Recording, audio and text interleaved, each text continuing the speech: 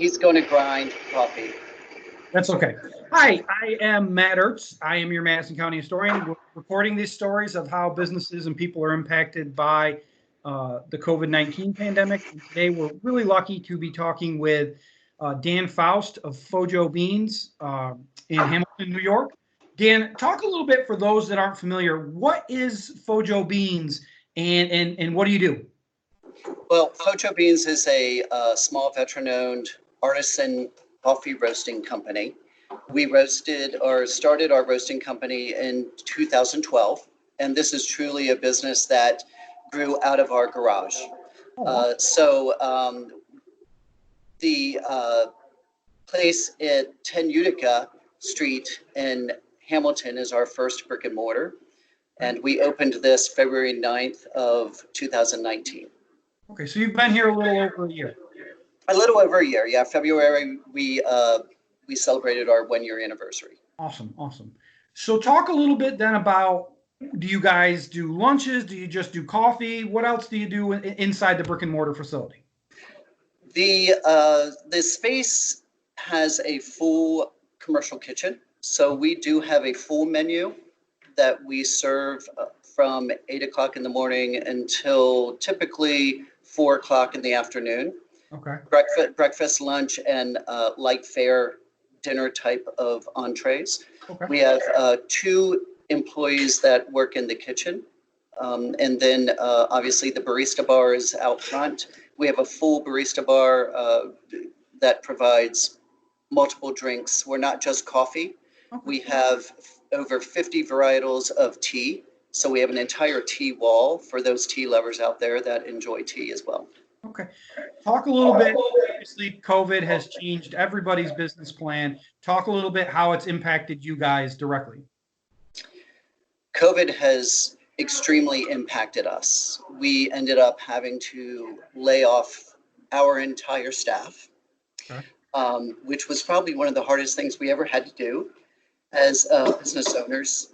We are back down to Dan Joseph and myself, who are the owners of the business, really trying to stay afloat and the brick and mortar that really is now everything to us. So we have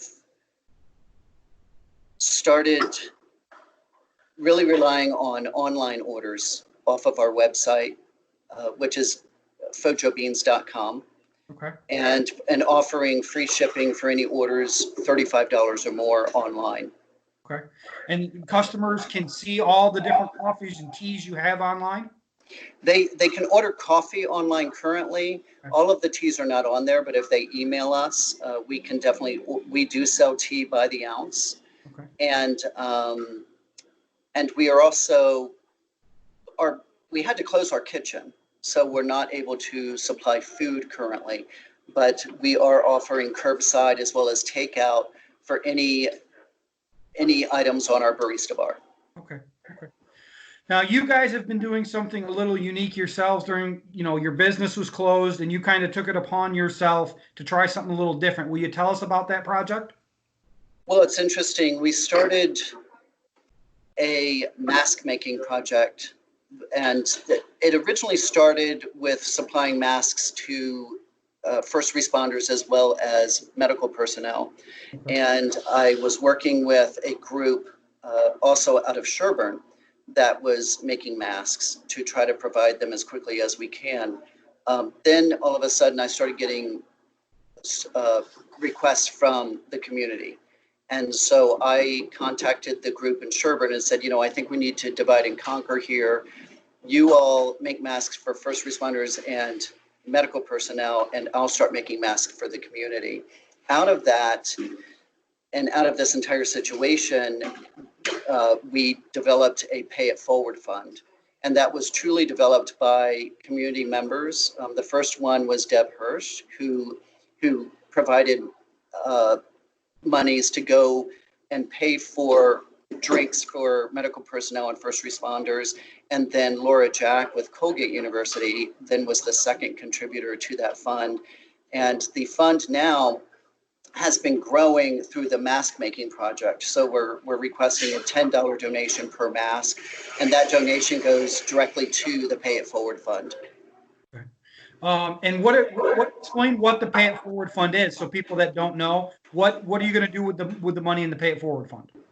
The Pay It Forward Fund is truly going towards providing drinks off of our barista menu. Any drink on the barista menu, a first responder or medical personnel can come in, and their drinks are basically paid for through the Pay It Forward Fund. And if people wanted to donate or something like that to that fund, or let's say they got some spare old cloth or something like that, can they donate that to you, or can they donate directly to the fund? We actually have turned our entire dining room into a sewing center.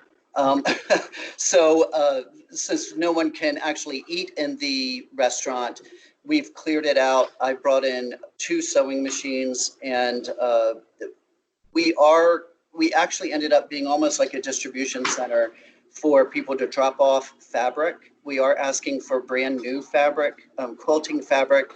100% cotton is the best fabric to use. Okay. And we've gotten donations of elastic. We've gotten donations of buttons. We are now, one of our employees named Chris is now actually crocheting or knitting. I don't know the difference of a small thing to put behind the head, because the elastic evidently is hurting people's ears after wearing a mask for so long. And so it has 2 buttons on it to actually hold the elastic behind your head instead of having to put it around your ears. And if you have ears like mine, they flop down anyway, and they don't really hold a mask very well. So so that's becoming a very popular item too, that we'll probably be asking for like a $3 donation for each one of those. We have a limited supply, but people can definitely drop off fabric or elastic, buttons, to 10 Utica Street in Hamilton. And then we will be sharing any of those materials to whoever truly needs it that's making masks out there. Awesome. And people can still stop at your business wise and get a cup of coffee. You can do curbside. You can go in and do takeout there too, correct? If people just want to come in and get a cup of coffee maybe in the morning or in an evening and afternoon. That is correct. They can call ahead. We have a lot of people that call ahead. Okay. They want to completely social distance. So we can take credit cards over the phone manually. If you want to come in, we do have a cash drawer, although we're asking more for obviously credit card type of payment. Our POS system is wiped down after every single use, and we do have hand sanitizer on hand as well. But we will carry the drinks out to the cars at the curb. And if they want them just left at the door, we can do that as well. Awesome. Dan, do you have anything else you want to let us know or say about what's going on right now? I would mention that if people do want to just contribute to the Pay It Forward Fund, they can do that via credit card over the phone. We obviously take any type of cash donation. And a lot of people are actually going on our website and purchasing an e-gift card and then gifting it back to us, so we can use the e-gift card that way. And what's your website? The website is www.FoJoBeans, FoJo Beans.com. Thank you so much for taking the time to do this. We really do appreciate you talking to us, number one, but more so all the stuff you're doing with the face masks and stuff in such a time of need. It's nice to see you rally. We appreciate all the stuff that essential workers are doing. We encourage people to continue social distancing. Dan, I hope to see you sometime soon when we can sit down and actually have a cup of coffee and have a conversation. Be safe, and we will talk to you soon.